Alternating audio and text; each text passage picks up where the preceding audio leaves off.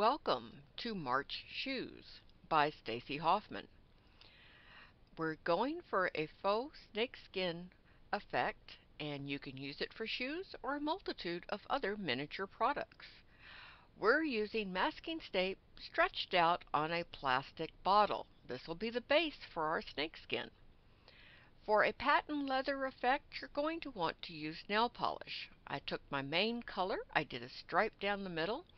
Then I took a clear top coat and I'm using that to spread out the color so that some of my base underlying structure will come through. You can either do a light first stage and in the second stage use a darker color, or you can reverse the procedure and do your first step dark or vibrant and the second step a lighter effect. We'll show you some finished samples at the end of this procedure. Just going to town here, you're working on about a 2 to 3 inch section at a time, mainly because you don't want all your colors to start drying on you. You're wanting to work on a wet on wet technique. If I was trying for a more realistic thing, I would have used acrylic paint with a retardant medium. Okay, I'm adding a little bit more blue. It's very sporadic, it's very quick. You're not going for any specific design. I'm going for a general all-over soft snakeskin.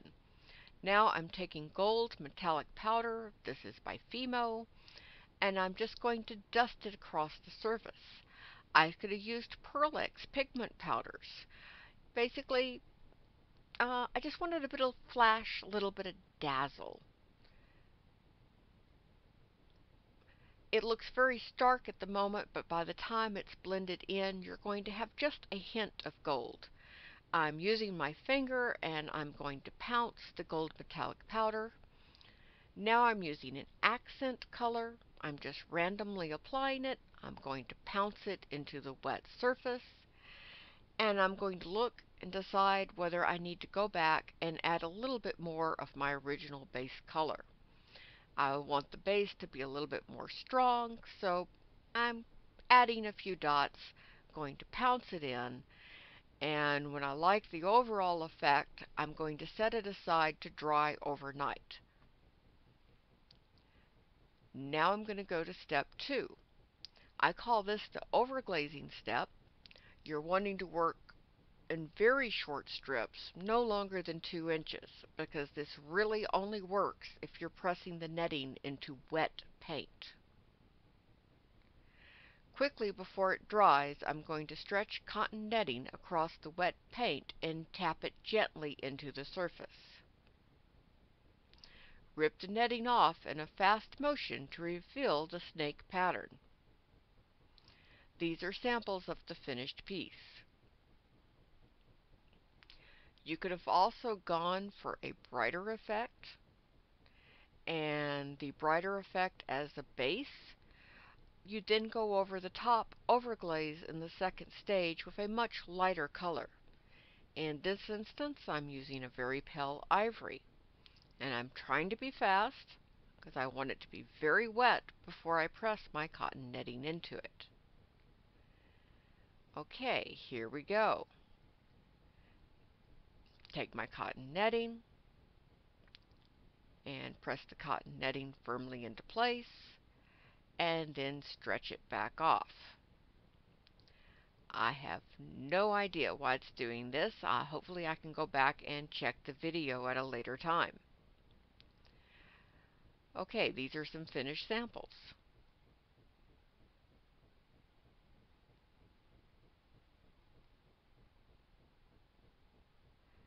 Now, we're going to use epoxy clay to form a toe box, because if I formed the shoe directly over the toes would show through in a ripple effect, and I would not get that thicker leather look that I'm going for in this shoe. I'm using 2-part epoxy clay.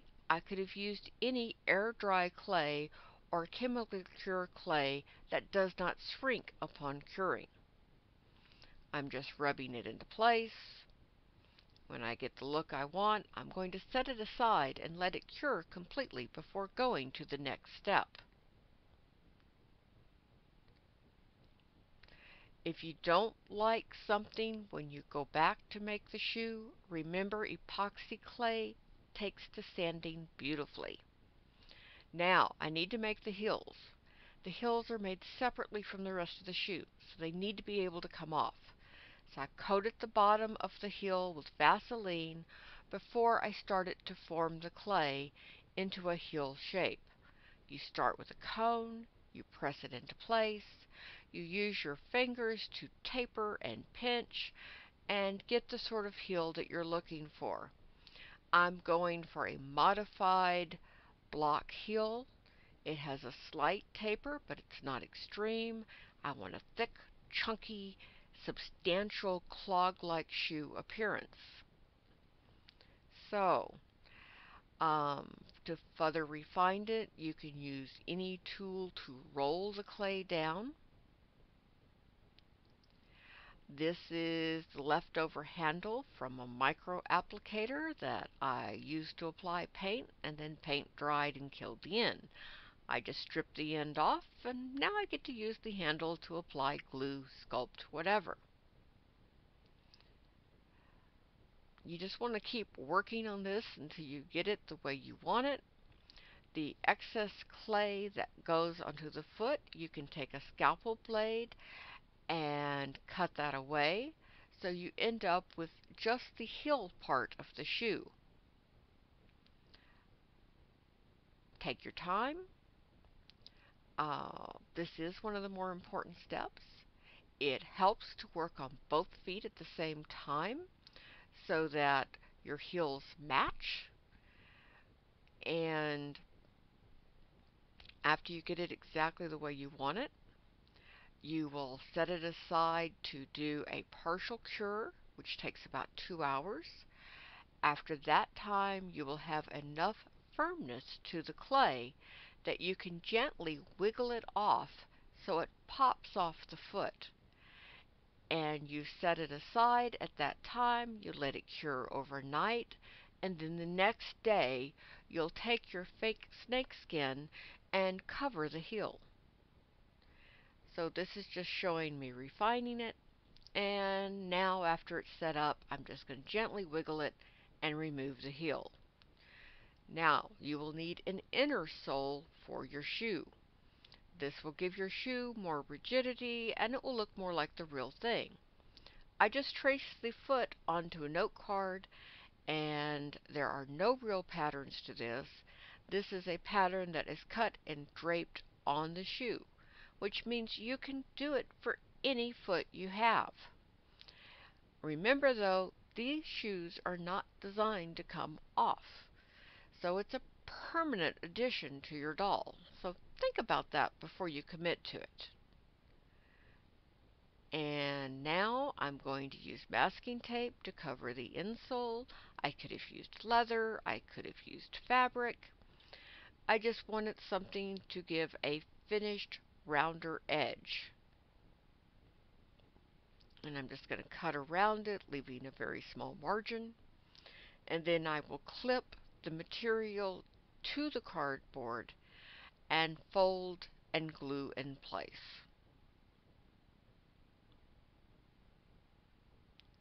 It takes a little bit of time, but it's not really that big of a deal. Okay, we're going to fold.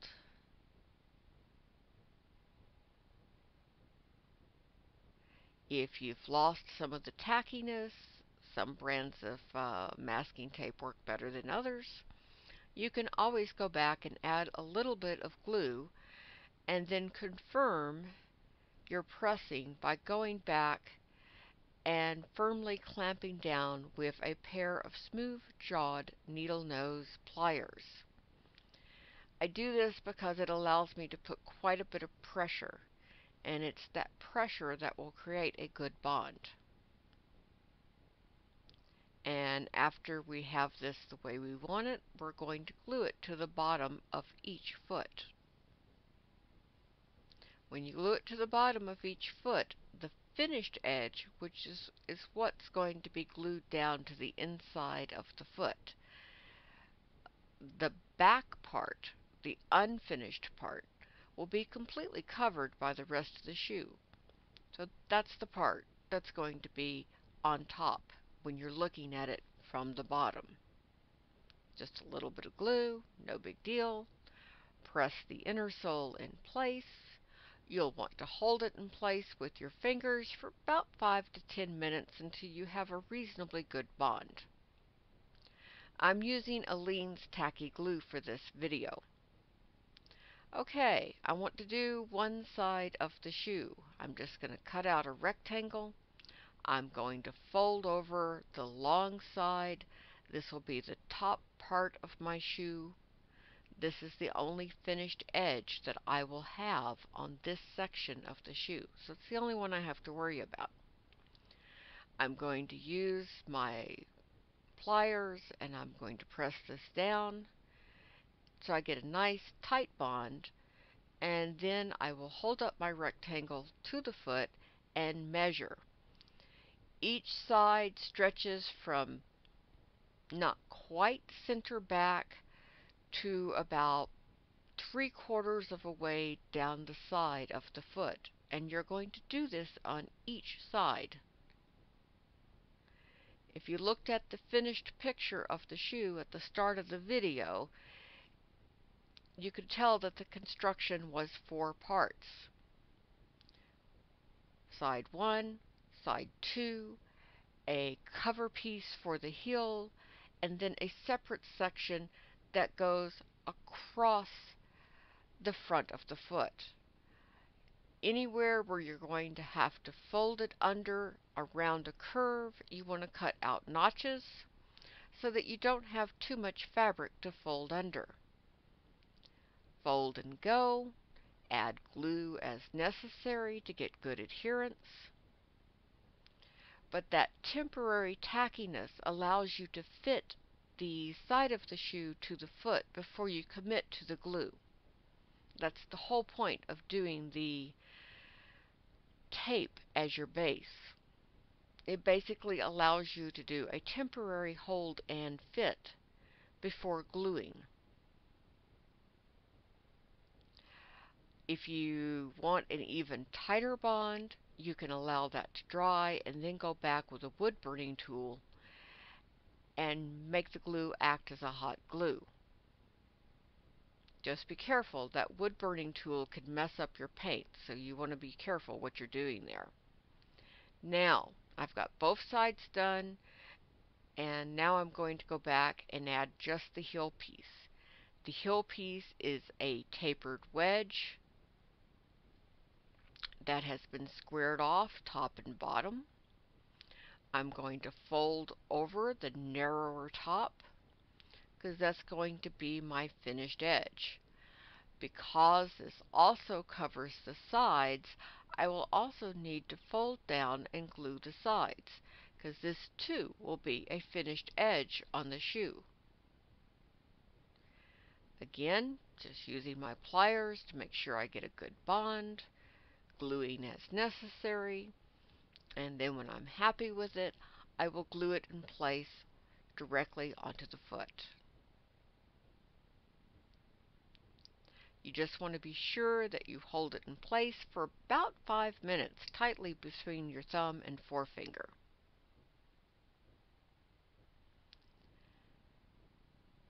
Now for the next stage, we're going to take those heels that have completely cured, and we're going to smooth off any rough edges with just a simple piece of sandpaper. This is a sanding sponge, but I could have used any sandpaper or even a nail file.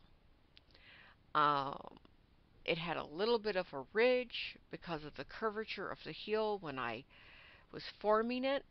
So I'm taking a little bit of that fine edge off so that when I fold the snakeskin around it, I'm not having too much bulk. I'm just taking a simple rectangle, I'm spreading it with glue, I put my heel in the center, and I'm simply going to wrap the snakeskin around the heel and press it into place so I end up with a seam center front of the heel. And that seam is just a strict abutment. It's not actually overlaid. You cut it straight with a pair of scissors after you've clamped it together, and it's going to be flush with the surface. Okay, now I folded over the rest of it, and now I'm going to add a little bit of glue to the top of the shoe and accent it with a little bit of gold metallic powder. Again, it's just a little finishing detail. Here is the finished back of the shoe. And now a side view. Next, we're going to do that front band across the toes. You're just cutting out a rectangle. You're going to fold down the long edge on one side and one side only. Press into place. Glue if necessary. I'm going to use my pliers and I'm going to press it down so I get a really good bond.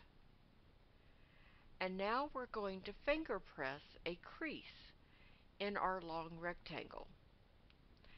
If you looked at the detail of the shoes, that's just a little extra bit of detail. You could leave it out if you wanted to, but it just adds a nice little extra spark to the shoe.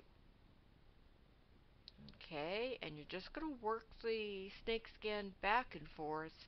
You might have to bend it a couple of times until you get what you're looking for. Alright, that's the crease I wanted, that little extra bit of detail. I'm going to spread it with glue, and then I'm going to put it directly onto the foot. Now you're going to cover the cut raw edges on the sides of the foot from those first two pieces that you glued to your foot. There you go. You're going to fold it over, glue it in place, and then to make the sole, I needed some gold metallic powder into some medium gray epoxy clay. I wanted a slight metallic look, nothing too bright, just a little hint of sparkle. I'm going to roll it out with a knitting needle. I'm not worried that it looks too big. I'm going to take my scalpel blade. I'm going to gently cut off the excess clay. And it might take me 2 or 3 passes of rolling out, trimming, rolling out and trimming to get the thinness that I want for the bottom of the sole. It's usually easier to do it well if you take a couple of passes than if you try to do it all at once. It's kind of like rolling out pie dough. It takes a little bit to get the thinness that you're looking for. And this is a metal knitting needle. You could also use a plastic. There's something about adding that gold metallic powder to the epoxy clay that almost acts as a non-sticking agent. You're not going to have that much trouble with it sticking to your tools. And I don't know if you noticed, but before I put the sole on the bottom of the shoe, I had spread the bottom with white glue.